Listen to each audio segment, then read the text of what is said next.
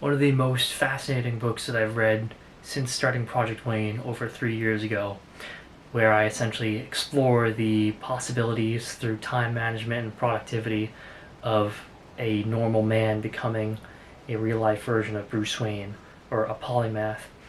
Uh, One of the most interesting books that I've read was that of Walter Isaacson's biography on Elon Musk. And in it, he talks about some a time management technique that Elon Musk calls his surge, which is essentially where he sets an unrealistic timeline for something and then just forces the result. Or alternatively, it could be committing yourself to something or to multiple endeavors and then giving yourself no choice but to deliver those results.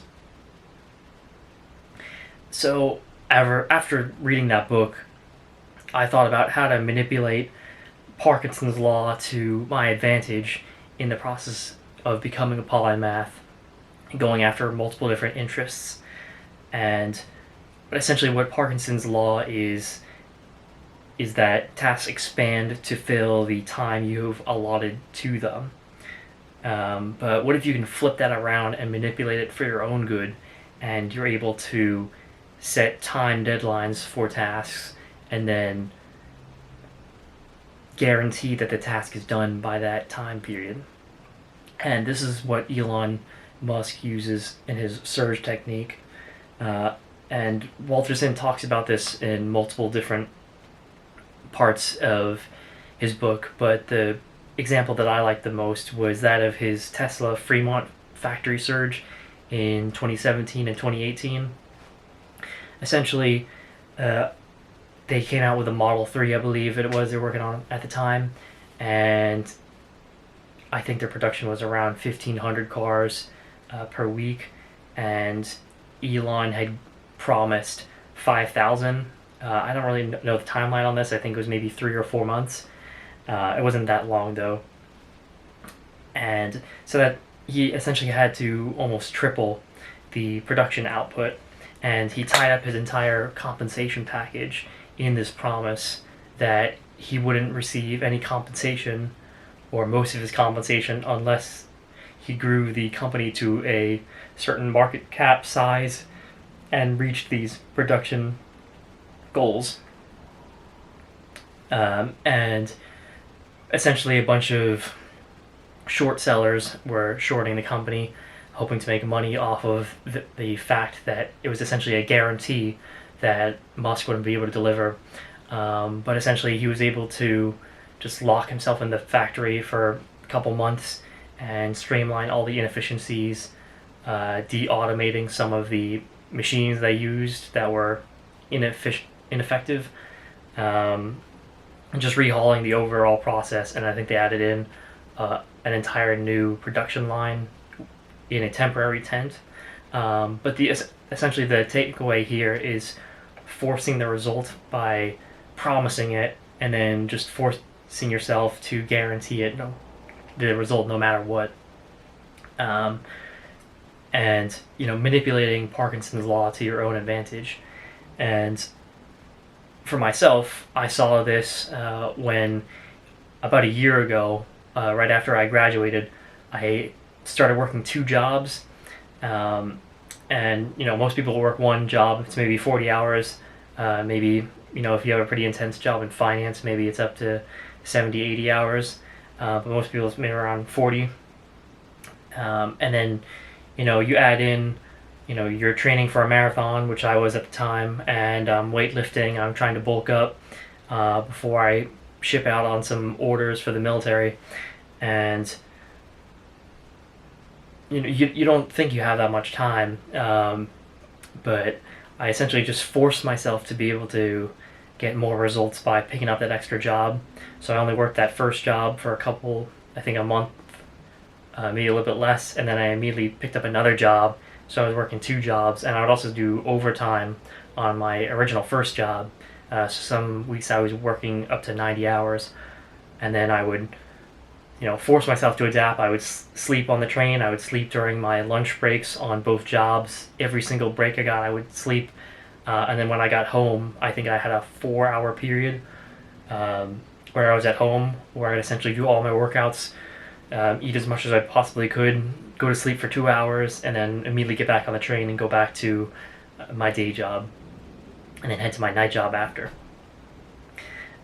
So I also use this surge technique to study for and pass the SIE exam, which is the Securities Industries Essentials exam. It's not extremely difficult, but it's just kind of an entry level cert almost everyone needs. I didn't even know it was a thing until my friend brought it up to me a couple weeks ago, and then I had originally put it into my calendar for a couple weeks from now. So it was maybe a month or two when I put it away from when I put it down in my calendar. And one night I was just studying for the CPA because I was planning on finishing that first, and I thought, I think I know probably at least half of this material already. Why don't I just lock myself into a room and just power through all the study materials and get it done? And that's essentially what I did, and I ended up passing it. Like 2 days later, I think I put in 17 hours overall. And then I took this test run. It was successful. I was able to pass with only 17 hours of study, and then I used this technique to take the other sections of the CPA exam. So audit, I spent 42 hours on. FAR, I haven't passed yet, but I have around 90 hours in. Reg, I have 60 hours in. These are all parts of the CPA exam. If you can see, overall, I have around 300 hours, a little more than 300 hours spent studying this year. And I was also on orders for some of that, at least 2 months, where I wasn't able to study at all. So that's essentially from March, April, May, so 3 months. And then another benefit of this is that it essentially forces you to adapt, because you just need to find the time you need to find the efficiency in you because you don't have the extra time that you normally have. So one example of this is when I was working those 2 jobs, another goal I had was to try and improve at pull-ups, and essentially try and become a contender for the world record in pull-ups, which I think it just got bumped up to 10,000 by Truett Haynes. But back then I think it was 9,000 or a little less than 9,000. And when I bumped up from one job to 2 jobs, I didn't have a whole lot of extra time, so I had to adapt because I couldn't spend the precious 4 hours I had at home, because I had to eat, then repack my meal prep and sleep for 2 hours, as well as work out and run for the marathon. So what I ended up doing is I found out I was too alert after I had a hard time falling asleep back on the train back into the city for my day job. So I would go on a particular train that has a bar going down the middle on the roof. Not all the trains have it, but it's a particular line of trains that have that bar.